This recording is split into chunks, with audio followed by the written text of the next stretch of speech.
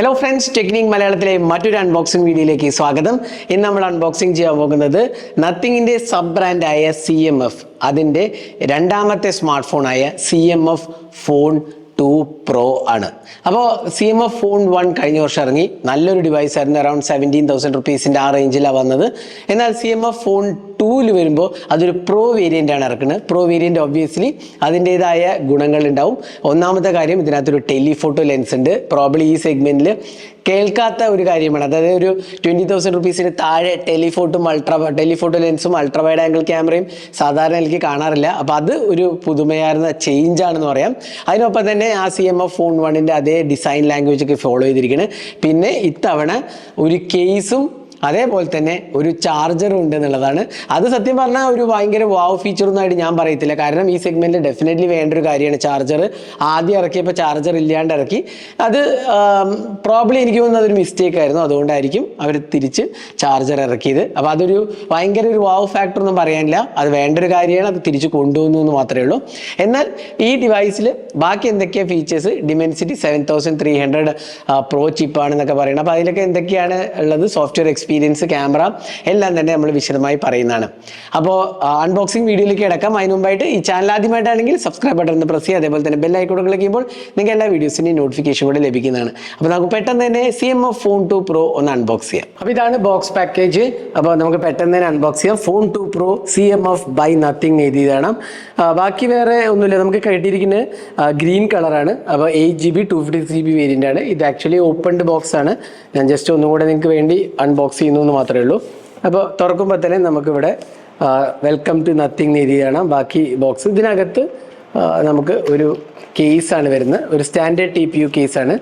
അതല്ലേ സാധാരണ വരുന്ന ഒരു TPU കേസാണ് കവേർഡ്. ഇത് ഒരു അഡീഷണൽ ഫീച്ചറായിട്ട് ഇത്തവണ നത്തിങ് പറഞ്ഞ ഒരു ഇതാണ്.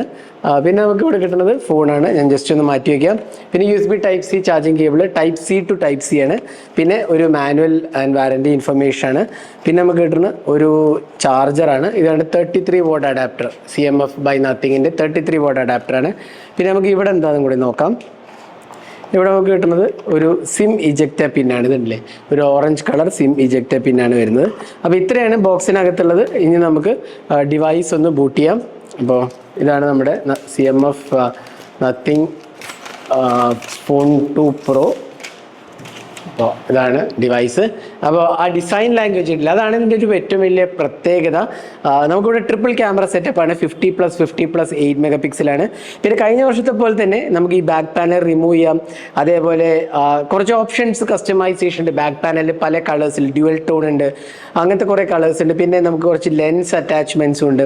അതെല്ലാം ആക്സസറീസ് ആണ്. അപ്പോൾ ഇത് നമുക്ക് കേസ് ഓർഡർ ചെയ്യണമെങ്കിൽ അതിനകത്ത് തന്നെ ഇത് റിമൂവ് ചെയ്യാനുള്ള സ്ക്രൂ ഡ്രൈവറും സെറ്റൊക്കെ കിട്ടും. അപ്പോൾ നമുക്ക് വേണമെങ്കിൽ റിമൂവ് ചെയ്യുക എന്നുള്ളതാണ്. 4 സ്ക്രൂസ് ആണ് ഇവിടെ ഉള്ളത്. പിന്നെ ഇവിടെ ഒരു സർക്കുലർ ഡയൽ പോലെ ഉണ്ട്. ഇത്തവണ ഡയൽ മൂവിങ് ഒന്നുമല്ല, എന്നാലും ഒരു ഭംഗിക്ക് വേണ്ടി വെച്ചിട്ടുണ്ട്. അഗെയിൻ ഇതിൻ്റെ ഡിസൈൻ ലാംഗ്വേജ് എനിക്ക് ഓക്കേഷ് എന്ന് പറയാനേ ഉള്ളൂ. എനിക്ക് അത്രയ്ക്കും ഇങ്ങോട്ട് ഒരു വാവ് ഫാക്ടർ തോന്നിയില്ല. കാരണം എന്താ വെച്ചാൽ ഈ ഒരു സ്ക്രൂസൊക്കെ ഒരു കുഴപ്പം എന്താ വെച്ചാൽ കുറച്ച് കാലം കഴിഞ്ഞ് യൂസ് ചെയ്യുമ്പോൾ ഇതിനകത്തൊക്കെ അഴുക്ക് പിടിക്കാൻ ചാൻസ് ഉണ്ട്. എന്നാൽ എനിക്ക് നത്തിങ് ഫോണിന് 3A Proൻ്റെയും ഡിസൈൻ എനിക്ക് വളരെ ഇഷ്ടപ്പെട്ടു. പ്രോബ്ലി ദ ബെസ്റ്റ് ഡിസൈൻ എന്ന് വേണമെങ്കിൽ പറയാം. എന്നാൽ ആ ഒരു ഫീലിംഗ് എനിക്ക് ഇത് ഉപയോഗിച്ചപ്പോൾ കിട്ടിയില്ല എന്ന് വേണമെങ്കിൽ പറയാം. ഇത് ഏറെക്കുറെ സിമിലർ ഫോണിനെ പോലെ തന്നെയാണ് വരുന്നത്. ആകെ ഈ ബാക്ക് പാനൽ റിമൂവ് ചെയ്യുക എന്നുള്ള ഒരു അഡ്വാൻറ്റേജ് മാത്രമേ ഉള്ളൂ. ബാക്കിയെല്ലാം കൊണ്ടും തന്നെ ഡിസൈൻ വലിയൊരു പ്രത്യേകതയൊന്നുമില്ല. പിന്നെ ആ ഒരു നമുക്ക് ഒരു അഡീഷണൽ കീവേഡ് ഉണ്ടല്ലോ, അത് നമുക്ക് നോട്ട്സ് ഒക്കെ ആഡ് ചെയ്യാൻ വേണ്ടിയിട്ടുള്ള എസെൻഷ്യൽ എന്ന് പറഞ്ഞ ആ ഓപ്ഷനിലേക്കുള്ള കീയും കൂടെ നമുക്കിവിടെ കൊടുത്തിട്ടുണ്ട്. എസെൻഷ്യൽ സ്പേസ് എന്ന് പറഞ്ഞാൽ അതിവിടെ ഒരു ബട്ടൺ ഉണ്ട്. പിന്നെ പവർ ബട്ടൺ ഉണ്ട്. പിന്നെ വോളിയം റോക്കർ കീസ് കാണാം. മോൾ ഭാഗത്ത് ഓപ്പണിംഗ് സ്ലോട്ടൊന്നുമില്ല. താഴത്ത് നമുക്ക് USB Type-C port, speaker unit, sim tray. ഇതിൽ സിംഗിൾ മോണോ സ്പീക്കറേ ഉള്ളൂ എന്നുള്ളത് വേറൊരു പോരായ്മയാണ്.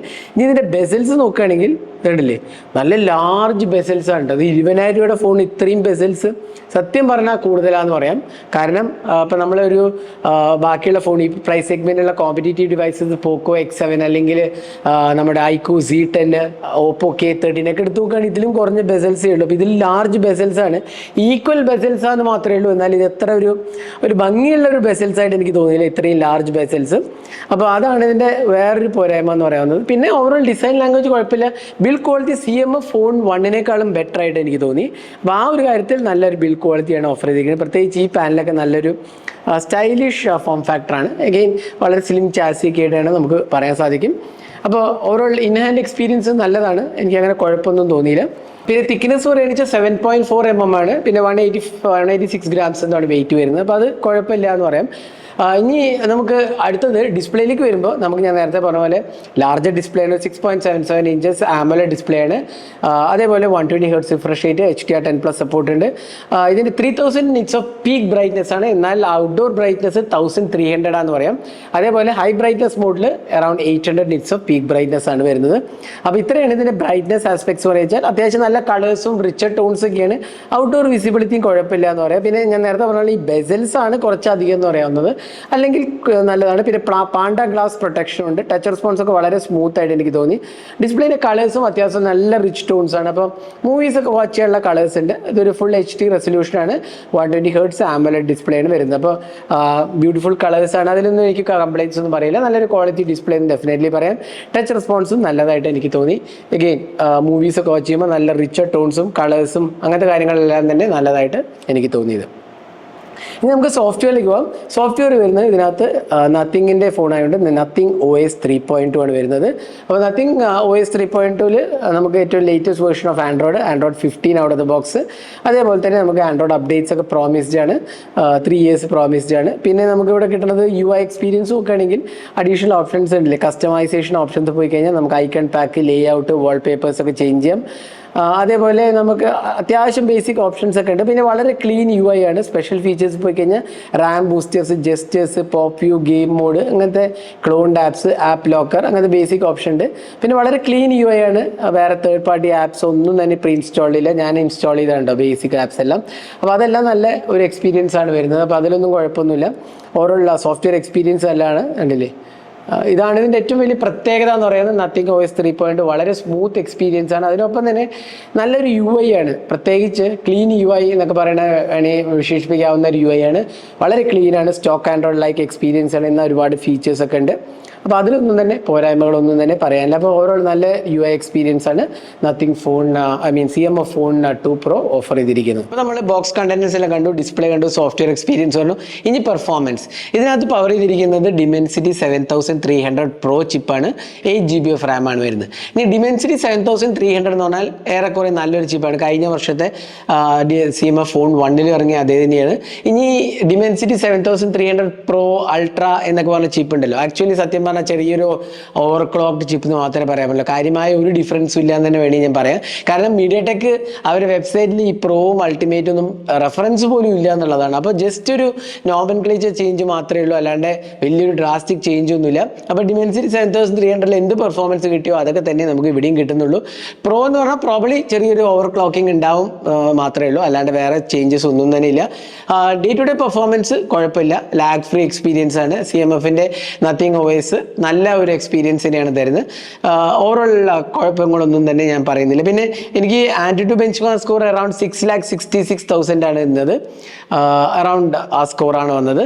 പിന്നെ ഇതിനകത്ത് UFS 2.2 സ്റ്റോറേജേ ഉള്ളൂ, എന്നാലും നല്ലൊരു UFS സ്കോർ വന്നിട്ടുണ്ട്. സ്റ്റോറേജ് സ്കോർ വന്നിട്ടുണ്ട് അറൌണ്ട് 93,000 വന്നിട്ടുണ്ട്. അത് റാൻഡം ആക്സസ് ആണ്. Read and write score again average ആണ്. UFS 2.2 പ്രോബ്ലി പ്രൈസ് സെഗ്മെന്റിൽ എഗെയിൻ ഞാൻ എപ്പോഴും പറയുന്ന പോലെ അക്സെപ്റ്റ് ചെയ്യാൻ പറ്റാത്തൊരു കാര്യമാണ്. കാരണം അതൊരു ഓൾഡർ പ്രോട്ടോക്കോളാണ്. ഇപ്പോൾ UFS 2.2 കഴിഞ്ഞ് 3.1 കഴിഞ്ഞ് 4 വന്നു, 4.1 വന്നു.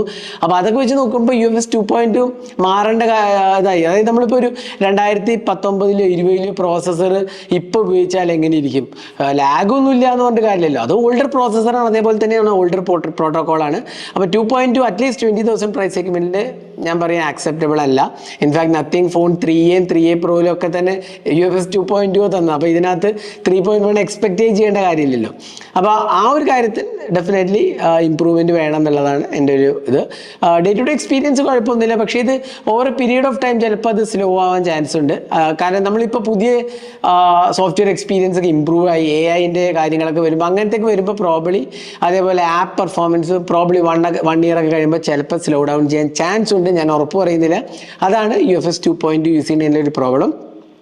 പിന്നെ ഇതിൽ വേറൊരു വലിയ പോരായ്മ എന്താ വെച്ചാൽ മോണോ സ്പീക്കറേ ഉള്ളൂ എന്നുള്ളതാണ്. അത് സത്യം പറഞ്ഞാൽ വളരെ വലിയൊരു ഡൗൺ സൈഡായിട്ട് ഞാൻ പറയും. കാരണം നമ്മൾ iQOO Z10ലും ഞാൻ പറഞ്ഞായിരുന്നു മോണോ സ്പീക്കറേ ഉള്ളൂ, ഇവിടെ അതേപോലെ തന്നെ മോണോ സ്പീക്കറേ ഉള്ളൂ. സ്പീക്കറിൻ്റെ ക്വാളിറ്റി ആണെങ്കിൽ വളരെ ആവറേജ് ആയിട്ട് എനിക്ക് തോന്നി. അത് ഡെഫിനറ്റ്ലി ഒരു മേജർ ഡൗൺ സൈഡാണ്. എസ്പെഷ്യലി പാട്ടൊക്കെ കേൾക്കുന്നവർക്ക് അല്ലെങ്കിൽ മൂവീസൊക്കെ വാച്ച് ചെയ്യുന്നവർക്കും ഒരു വലിയ ഡൗൺ സൈഡായിട്ട് പറയാവുന്നതാണ് ഇതിനെ മോണോ സ്പീക്കേഴ്സ്. പിന്നെ ഡിസ്പ്ലേ ഫിംഗർ പ്രിന്റ് സ്കാനറും അതൊന്നും കുഴപ്പങ്ങളൊന്നും തന്നെ ഇല്ല. ഡ്യുവൽ സിം കാർഡ്, 5G സപ്പോർട്ടൊന്നും വലിയ ഇഷ്യൂസ് ഒന്നും ഞാൻ നോട്ടീസ് ചെയ്യില്ല. അപ്പം അതൊക്കെ കുഴപ്പമില്ല, നല്ല ഒരു എക്സ്പീരിയൻസ് ആണ്. പക്ഷേ രണ്ട് കാര്യങ്ങൾ പെർഫോമൻസിൽ വരുന്നത്, ഒന്ന് UFS 2.2, പിന്നെ മോണോ സ്പീക്കറേ ഉള്ളൂ എന്നുള്ളതാണ് മറ്റൊരു പോരായ്മ. ഇനി നമുക്ക് ക്യാമറാസിലോട്ട് പോകാം. ഇതിനകത്ത് വരുന്നൊരു പ്രൈമറി 50 മെഗാ പിക്സൽ ക്യാമറയാണ്. അതേപോലെ തന്നെ ഒരു 50 മെഗാ പിക്സൽ ടെലിഫോട്ടോ ലെൻസ് ഉണ്ട്, 2x സൂമാണ് വരുന്നത്. പിന്നെ നമുക്ക് വരുന്നത് ഒരു 8 mega pixel ultra wide angle ക്യാമറയും നമുക്ക് കിട്ടുന്ന 16 മെഗാ പിക്സൽ സെൽഫി ക്യാമറയാണ് വരുന്നത്. അപ്പോൾ ഒരു പ്രോപ്പർ ട്രിപ്പിൾ ക്യാമറ സെറ്റപ്പാണ് വന്നിരിക്കുന്നതിനകത്ത്. അത് ഡെഫിനറ്റ്ലി ഒരു വെൽക്കം മൂവാണ്. കാരണം ഈ പ്രൈസ് സെഗ്മെന്റിൽ നമുക്ക് ടെലിഫോട്ടോ ലെൻസ് ഒന്നും വരാറില്ല. അപ്പോൾ അത് ഡെഫിനറ്റ്ലി നല്ലൊരു ആസ്പെക്റ്റ് ആണ്. ക്യാമറ UI ആണെങ്കിലും കുഴപ്പങ്ങളൊന്നും തന്നെ ഇല്ല, ഞാൻ നോട്ടീസ് ചെയ്തില്ല. ചെറിയൊരു സ്വിച്ചിങ് ബിറ്റ്വീൻ ദ ലെൻസ് ഒരു മൈനസ് ഷട്ടേഴ്സ് കണ്ടു, പക്ഷെ അതൊരു മേജർ ഇഷ്യൂ ആയിട്ടൊന്നും ഞാൻ പറയുന്നില്ല, കുഴപ്പങ്ങളൊന്നും തന്നെ ഇല്ല. ഇനി ക്യാമറ സാമ്പിൾസ് ഒന്ന് നോക്കാം. അപ്പോൾ ഇതൊക്കെയാണ് നത്തിങ്ങിൻ്റെ CMF Phone 2 Pro എന്നെടുത്ത ക്യാമറ സാമ്പിൾസ്. കുഴപ്പമില്ലാത്ത ഒരു എക്സ്പീരിയൻസ് ആണ്, ഡെഫിനറ്റ്ലി പറയാം. നല്ല ഒരു ക്യാമറ എക്സ്പീരിയൻസ് വേണമെങ്കിൽ പറയാം. കാരണം ഈ പ്രൈസ് സെഗ്മെന്റിൽ നമുക്ക് പൊതുവെ ടെലിഫോട്ടോ ലെൻസ് ഒന്നും കിട്ടാത്തതാണ്. അപ്പോൾ അതൊക്കെ വെച്ച് നോക്കുകയാണെങ്കിൽ ഓവറോൾ ക്യാമറ UI നല്ലതാണ്, ക്യാമറ എക്സ്പീരിയൻസും നല്ലതാണ്, കളേഴ്സൊക്കെ നല്ലതാണ്, ഡീറ്റെയിൽസും ഷാർപ്നെസ് ലെവൽസും കുഴപ്പമില്ല. ഓവറോൾ ക്വാളിറ്റീൻ്റെ കാര്യത്തിൽ വലിയ കോംപ്രമൈസ് ഒന്നും ഇല്ല. പ്രത്യേകിച്ച് ഒരു 15,000 to 20,000 പ്രൈസ് സെഗ്മെന്റിൽ വേണ്ട അത്യാവശ്യം നല്ല ഡീറ്റെയിൽസും എല്ലാം തന്നെ കൊടുത്തിട്ടുണ്ട്. അപ്പോൾ എനിക്ക് തോന്നുന്നു ഒരു മികച്ച ക്യാമറ സെറ്റപ്പ് തന്നെയാണ് വന്നിരിക്കുന്നത്. പ്രത്യേകിച്ച് അൾട്രാ വൈഡും ടെലിഫോട്ടോയും പ്രൈമറി 3 ക്യാമറ സെറ്റപ്പ് ഉണ്ട്. പിന്നെ സെൽഫി ക്യാമറ ആണെങ്കിലും കുഴപ്പമില്ലാത്തൊരു എക്സ്പീരിയൻസ് ആണ്. പിന്നെ 4K 30 FPS റിയർ ക്യാമറയിൽ റെക്കോർഡ് ചെയ്യാന്നുള്ളതുകൊണ്ട് അപ്പോൾ അതൊക്കെ വെച്ച് നോക്കുകയാണെങ്കിൽ നല്ല ഒരു പ്രോപ്പർ ക്യാമറ സെറ്റപ്പാണ് CMF Phone 2 Pro നൽകുന്നത്.